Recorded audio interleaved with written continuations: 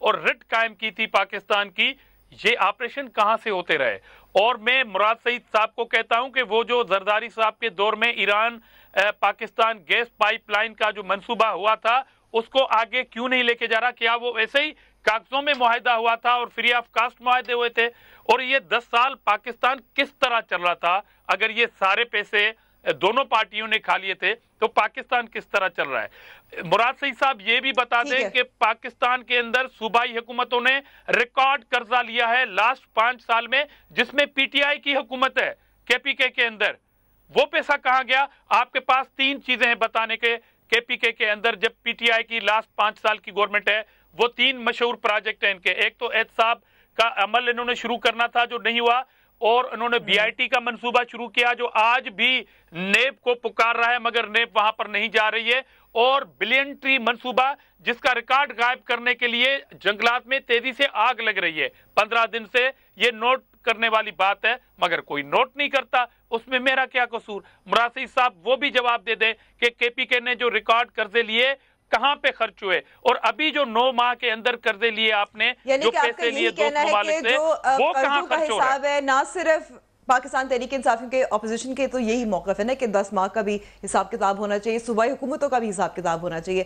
لیکن ایک سوال جو ایک اور پیدا ہو رہا ہے جو اپوزیشن جماعتیں بار بار پوچھ رہی ہیں، اور یہ میں کامران مرتضیٰ صاحب سے پوچھوں گی. کامران صاحب، جب یہ سب ادارے جن کی شمولیت کے بارے میں بتایا تھا وزیر اعظم عمران خان نے، ٹی او آرز پہ بھی ظاہر بات چیت چل رہی ہے، جب یہ سب ادارے وزیر اعظم کے خود کے ماتحت ہوں، کیا واقعی ایسا ہو سکتا ہے کہ اس کو پھر غیر جانبدار نہیں کہا جا سکے گا؟ نہیں، پہلے تو اس کی لیگلٹی پہ بات کریے نا کہ آیا ایسا کوئی کمیشن بن سکتا ہے، اور اگر بن سکتا ہے تو اس کا کوئی پریسیڈنٹ موجود ہے؟ کیا پرائم منسٹر نہیں کر سکتا؟ نہیں، اس میں پرائم منسٹر کبھی بھی کسی پر آج تک پورے پاکستان کی اتنے سالوں کی تاریخ میں کبھی آپ نے کسی کمیشن کو پرائم منسٹر کو ہیڈ کرتے دیکھا ہے؟ اور یہ کمیشن اگر بنے گا تو کس قانون میں بنے گا؟ یہ جس قانون کا حوالہ دے رہے ہیں اس میں تو ہم عام طور پہ یہ دیکھتے ہیں کہ ہائی کورٹ کی چیف جسٹس سے ریکویسٹ ہوتی ہے، اور وہ ہائی کورٹ کا چیف جسٹس جو ہے وہ کسی جج کو جو ڈپیوٹ کرتا ہے، بعض اوقات سیشن جج ہوتا ہے، بعض اوقات ہائی کورٹ کا جج. اور میں اس لیے آپ کو یہاں بات آپ کی کاٹ رہی کہ کل جو مشیر اطلاعات ہیں ڈاکٹر فردوس عاشق اوان نے، انہوں نے ہمیں بتایا کہ وزیر اعظم خود سربراہی نہیں کریں گے، جج کو مقرر کریں گے.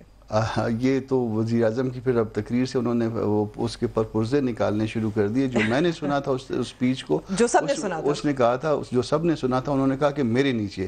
اب جب وہ میرے نیچے والی بات ختم ہو گئی تو اب وہ جج کو اگر وہ کریں گے تو بھی جج کو بھی اگر ریکویسٹ کریں گے. اب ان کو قانون نہیں مل رہا، وہ رات کو آدھی رات کو پتہ نہیں سو کے اٹھے تھے یا سونے والے تھے، جو ان کو جو خواب آیا اور اس خواب کی حالت میں انہوں نے جو ہے سب کچھ فرما دیا. یہ لیگلی جو ہے وہ پاسبل نہیں ہے. بجٹ کے حوالے سے یا قرضوں کے حوالے سے جو کچھ انکوائر کرنا ہے، وہ بجٹ ڈاکومنٹ جو ہے وہ اس کی سب سے جو اتھینٹک ڈاکومنٹ ہوتی ہے وہ بجٹ ہوتا ہے. ہاں. اور بجٹ کو پاس کرتی ہے قومی اسمبلی یا اور اس کو سینٹ، پوری پارلیمنٹ مل کے کہہ لیجیے. اور اگر فرض کر لیجیے کابینہ ہوتی ہے، پارلیمنٹ ہوتی ہے، پارلیمنٹ اس کو وہ کرتی ہے. اور اگر فرض کر لیجیے کہ کوئی اس میں ایکسیس میں کوئی وہ چلی بھی جائے تو پھر آپ دیکھتے ہیں کہ سپلیمنٹری جو ہے نا وہ ڈاکومنٹ بجٹ آتا ہے سال کے اینڈ پہ، اور وہ اس کو کنڈون کر دیتے ہیں جو اس میں وہ ہوا ہوتا ہے. ایک یہ بھی سوال یہاں پیدا ہوتا ہے کامران صاحب کہ ظاہر ہے جب آپ قرضے لیتے ہیں خاص طور پہ بیرون ملک سے، تو وہ تو تمام دستاویزات موجود ہوتے ہیں مختلف منسٹریز میں، ہر چیز موجود ہوتی ہے. اخراجات بھی موجود ہیں، جو آئے ہیں وہ بھی موجود ہیں، جو گئے ہیں موجود ہیں. فرض کر لیجئے کہ بیچ میں سے 100 ارب روپے ادھر ادھر ہو گئے تو وہ اب آنے والے بھی معلوم ہے کہ 1000 ارب روپے آئے تھے. خرچے جو ہوئے ہیں وہ بھی معلوم ہے کہ 900 ارب روپے ہوئے تھے. 100 ارب روپے کا شارٹ فال ہے تو وہ تو سیدھا نیب اگر فرض کر لیجئے اگر کوئی ایسی بات ہے تو اس میں ہم نے جو ہے نا وہ ملک و قوم کو 10 مہینے سے اور اس سے پہلے سے بھی ٹرک کی بتی کے پیچھے لگایا ہوا ہے. اور یہ ہم جو ہے نا وہ چور کر کے اور لوگوں کو جو ہے نا وہ ڈائیورٹ کیا ہوا ہے اور مزید فردر ڈائیورٹ کرنا چاہتے ہیں. میرا خیال ہے کہ ڈائیورٹ نہیں ہو جائیں گے. لیگلی جو ہے نا یہ چیز مجھے جو ہے کوئی وائبل نظر نہیں آتی ہے اس میں جو کچھ وہ فرما رہے ہیں. جو آپ کہہ رہے تھے کہ وزیر اعظم کو خواب آیا تھا، وہ آپ کو لگتا ہے کہ وہ اس کا خواب کا تعبیر نہیں ہو سکتی؟ نہیں، وہ خواب کی، وہ پرانے والے خوابوں کی بھی تعبیر کوئی نظر نہیں آئی اب تک، آپ کو بھی نظر نہیں آئی ہوگی، اور میرا خیال ہے کہ اس خواب کی بھی کوئی ایسی تعبیر نہیں ہے. لیکن اگر ایسے ہو سکے کہ اگر ہم قانونی طور طور پر اس کو اگر اس کی تعبیر ہو سکے تو کس طرح سے ہو سکے؟ پھر ہم کو لیجسلیٹ کرنا پڑے گا، پھر ہم کو جو کچھ اسمبلیوں نے جو کچھ پاس کر دیا، جو کچھ کنڈون کر دیا، اس کو سارا سب کچھ کو ری اوپن کرنا پڑے گا. وہ ممکن نہیں ہے اس اسٹیج کے اوپر. یہ میرا خیال ہے کہ یہ ان باتوں کی طرح جن باتوں کا پہلے سے جواب نہیں مل رہا، آپ کو اس بات کا بھی جواب شاید دستیاب نہیں ہوگا، اور یہاں پہ بھی ایک یو ٹرن ہوگا. یہاں ٹھیک ہے، ہم یہاں لیتے ہیں بریک، لیکن گفتگو ہماری جائے گی.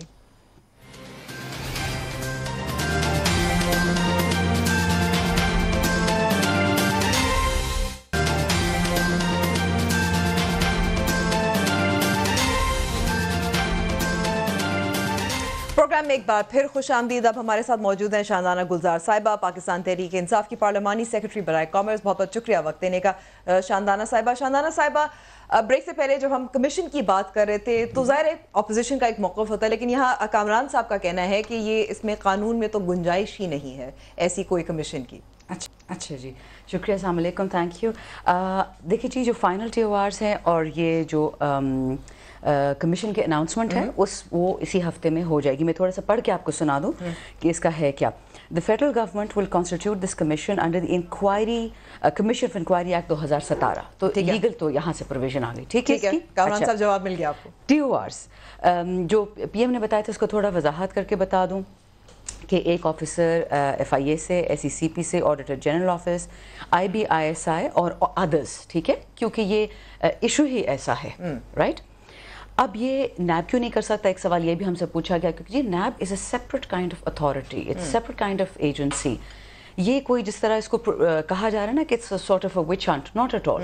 It's a commission. The commission could also give positive findings. اتنا ڈرنا ہی نہیں چاہیے، ابھی تو بنی نہیں ہے، تو ہو سکتا ہے کہ پازیٹیو چیزوں سے نکلے. کچھ تو جواب آج پاکستان مسلم لیگ نواز کے جو سینئر رہنما ہیں انہوں نے آج کچھ تو دے دیا. جی اچھا، خیر مقدم کیا تھا. جی اچھا، کچھ اس میں کیا انویسٹیگیشن کرے گی کہ اکانومی کا ڈیٹ جو ہمارا ہے یہ بلون کیسے کر گیا. ڈیٹ سب دنیا لیتی ہے، امریکہ لیتی ہے، جرمنی لیتی ہے، اس میں کوئی ایسی نئی بات نہیں ہے. لیکن کیا سٹیپس لیے گئے؟ دیکھیں، اگر اس کو ایک ہم نیوٹرل لینس سے دیکھیں نا، obviously پرائم منسٹر صاحب غصے میں تھے جب انہیں تقریر کی تو سارے ذرا ڈر گئے کمیشن کے نام سے. لیکن اگر نیوٹرالٹی سے دیکھا جائے، ساؤتھ افریقہ میں ایک ٹروتھ اینڈ ریکنسیلیشن کمیشن بنا تھا، اگر آپ کو یاد ہے. اس کی نوعیت بالکل اس سے ڈفرنٹ تھی. کیوں بنا تھا وہ تو فرق چیز ہے. بالکل کوئی بھی جب اس نوعیت کا تو بہت سارے ایسے معاملے ہیں جن پہ ٹروتھ اینڈ ریکنسیلیشن کمیشن ہونا چاہیے، بننا چاہیے. دیکھیں، قرضوں کی بات نہیں ہے نا، بالکل قرضوں کی بات ہے، کیونکہ آج کل معیشت، economy is on fire, inflation ہے، مہنگائی ہے، نوکریاں نہیں ہیں، گھر نہیں ہے، تکالیف ہیں. تو پر ایشو ہم نے اس کو لینا ہے، رائٹ. تھوڑی سی اس کی اور اگر آپ کو بتا دوں کہ یہ دیکھیں گی، آپ کو پتہ ہے کہ اکثر چیز بولی جاتی ہے، یہ ورلڈ بینک کی رپورٹ ہے، میں ہر شو میں بات کرتی ہوں. انہوں نے ایلیٹ کیپچر کی بات کی. جی بالکل. ایلیٹ کیپچر میں 6 طبقوں کی بات کی، اس میں سے ایک بیوروکریسی بھی تھی. ٹھیک ہے، تو یہ نہ سمجھا جائے کہ جی صرف پالیٹیشنس کے خلاف ہے، پولیٹیکل کسی کی بھی خلاف نہیں ہے. وی نیڈ ٹو سی اس ملک میں غلطیاں کہاں ہوئی ہیں، اور ریورس انجینئرنگ کر کے دیکھنا ہے کہ یہ کیوں ہوئی اور آئندہ اس کو کیسے نہ کریں. بیکاز دیکھیں، کہتے ہیں نا، we all here for the short term. ہم میں سے کوئی 20 سال بعد 100% زندہ نہیں رہے گا، کوئی نہ کوئی تو جا کے ہوگا. ڈرنا نہیں چاہیے، ڈرنا نہیں چاہیے. جی کامران صاحب، 2 باتیں میں پوچھنا چاہوں گا. جی کہ آیا یہ جو رپورٹ ہوگی اس کی یہ ایڈمیزیبل ہوگی، اس کی بنیاد پہ کوئی کارروائی ہو سکتی ہے؟ یہ جو 2017 والا کمیشن آف انکوائری ایکٹ ہے، اور کیا پرائم منسٹر اس کو ہیڈ کر سکتے ہیں؟ دیکھیں، جہاں تک ایویڈنس کی ایڈمیسیبلٹی کی بات ہے، وہ تو انٹائرلی اس کے TORs پہ ڈیپینڈ کرے گا، رائٹ، جو طے ہو رہے ہیں. جی بالکل، وہ ایز اٹ از ایڈمیزیبل ہوگا. As it is I can't be sure. جی، I am a lawyer, therefore I'd be very cautious in giving that opinion. ایک بات تو جواب آ گئی، آپ کو پتہ نہیں ہے کہ اس کی ایویڈنشری ویلیو کیا ہوگی. نہیں، وہ تو جی جو ہم تعین کریں گے نا وہ ہوگی. فرض کریں وہ ٹرمز آف ریفرنس کا آپ تعین کر سکتے ہیں. تو رپورٹ اگر ایون پازیٹیو بھی آ جائے تو وہ ایڈمیزیبل نہیں ہوتی ان ایویڈنس. ایک بات. دوسری بات، کیا پرائم منسٹر اس کو ہیڈ کر سکتے ہیں؟ I don't see any bar, but اگر آپ کو لگتا ہے کہ نہیں ہیڈ کر سکتے، tell us your reasons. اچھا، یہاں میں اس لیے روکتی ہوں کہ کیونکہ جو سوال جو اٹھتا ہے جب اگر وزیر اعظم خود یا ان کے ماتحت ادارے ہوں اور پھر ایسا کمیشن بنے تو پھر کیا کہا جاتا رہے.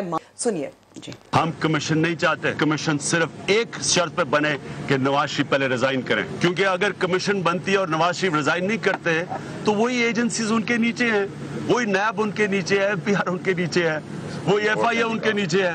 تو یہ ادارے تو ویسے ہی ان کے کنٹرول میں ہیں. تو اگر کمیشن بن جائے گی تو کیا ہو جائے گا؟ سارے جو ادارے ہیں وہ اس کے نیچے ہیں. یہاں تو کوئی آزاد ادارے ہیں ہی نہیں، یہ تو کنٹرولڈ ادارے ہیں. کانفلکٹ آف انٹرسٹ ہے. سارے ادارے، FBR اس کے نیچے ہیں، FIA ان کے نیچے، SECP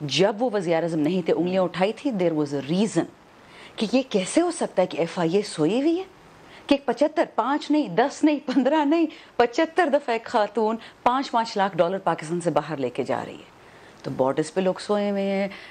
مطلب یہ ایک ہوتی نا آزادی اداروں کی, ایک ہوتی آزادانہ ادارے, ٹھیک ہے نا, تو اس طرف جانے کی کوئی ضرورت نہیں ہے. خرم دستگیر صاحب بھی ہمارے ساتھ موجود ہے. بہت بہت شکریہ خرم صاحب ہمیں وقت دینے کا. خرم صاحب, اب ادارے, شاہنامہ صاحب کہہ رہی ہیں کہ ادارے کیونکہ آزاد ہیں تو یہ کمیشن بھی آزاد ہوگا اور بہت کھل کر غیر جانبداری سے جائزہ لے گا کہ یہ قرضے کہاں استعمال ہوئے. یہ کمیشن جو ہے بڑی مضحکہ خیز اور لغو گفتگو ہے کہ یہ state bank of Pakistan annually publish کرتا ہے کہ پاکستان نے لونز لیے.